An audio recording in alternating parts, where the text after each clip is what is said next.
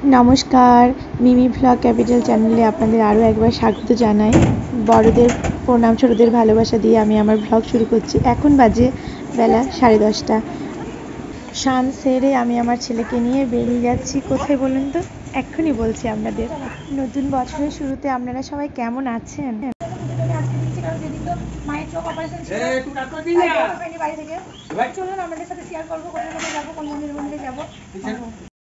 তো যাবার জন্য অধীর আগ্রহে কোথায় বসবো, কোথায় যাবো এসবও করতে ব্যস্ত। ওর দাদু ওকে নিয়ে সবসময় সচেতন, হাতটা ধরে গাড়ির মধ্যে বসিয়ে দিচ্ছে, এই বুঝি পড়ে যাবে। আমরা এখন এসে পৌঁছলাম দুর্গা মণ্ডপে, যেটা খুব নির্জন জায়গা।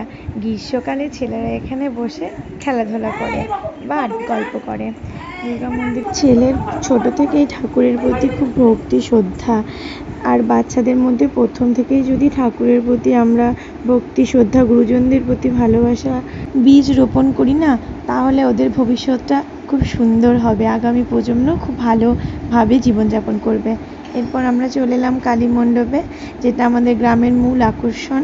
আজ ছিল রামনবমী, তাও মোটামুটি একটু ভিড় আছে। আমি তো সকাল সকাল চলে এসেছি, 11:30 আবার ভিড় শুরু হবে। আমাদের মা কালী হচ্ছে খুব জাগ্রত। দূর দেশান্তর থেকে মানুষ আসে মা কালীকে পুজো দেওয়ার জন্য, একবার দর্শন করার জন্য। বাচ্চাদের ঠান্ডা লাগা, শ্বাসকষ্টর মতো বিভিন্ন রোগ এই মায়ের কাছে এসে ওষুধ নিয়ে গেলে ভালো হয়ে যায়। আমাদের এই মন্দিরে বড় মা, বিশ্বেশ্বরী এবং ট্যাবা মা, 3টে মা একসাথে প্রতিষ্ঠিত। প্রত্যেক বছর আমি পয়লা বৈশাখের দিনই মণ্ডপে প্রণাম আর পুজো একসাথে সেরে নিই, কিন্তু এবছর সেটা আর হয়ে ওঠেনি। বরের আর ছেলের একসাথে আজকের দিনে ছুটি থাকায় আজই দিনটা বেছে নিলাম। আর আজকে একটা ভালো দিন, রামনবমী। আমার ছেলেকে পুরোহিত কাকু একদম পাটার মধ্যে মাথা ছুঁয়ে প্রণাম করালো। মায়ের কাছে এই কামনা করি, সকলের যেন সারা বছর খুব ভালো কাটে, সকলে যেন সুস্থ থাকে, আর আমার ইউটিউব পরিবারে যারা আছে তাদেরও যেন সারা বছরটা খুব ভালো কাটে।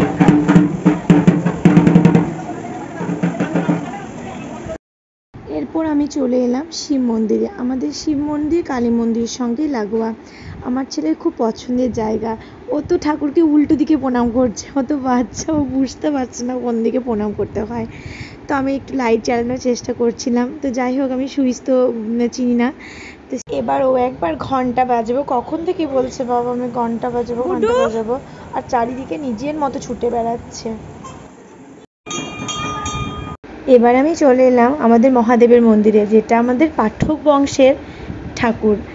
ছেলেটা ওখানে জুতো খুলে দিয়ে চলে এসেছে, তারপর এসে বদমাইশি শুরু করছে। এই যে গাছটা পোতা আছে দেখছেন, এখানে আমাদের মনসার গাছ পোতা হয়।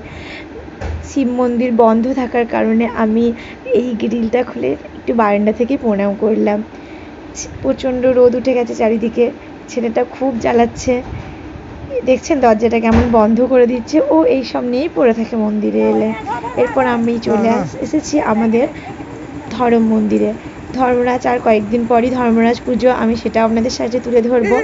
তো বাচ্চা ছেলে, ওর তো একদমই জ্ঞান নেই। ও একদম পা দিয়ে উঠে না, ওই ঘোড়াগুলো আজ যেখানে আছে দেখছেন, ওই ঘোড়াগুলোকে না হাতে করে নিয়ে নিয়েছে, আর ওখানটাতে একটু পা দিয়ে দিচ্ছে। আমি এই ঠাকুরকে বললাম যে ঠাকুর, ও তো বাচ্চা ছেলে, ওর এতে কিছু মনে করো না, অপরাধ থাকলে ক্ষমা করে দিও। খুব ভয়ও লাগছে, কিন্তু ওর তো কোনো জ্ঞান নেই। আপনারা জানাবেন আমার এই ভ্লগ কেমন লাগলো, লাইভ সাবস্ক্রাইব করে পাশে থাকবেন। খুব শীঘ্রই দেখা হবে।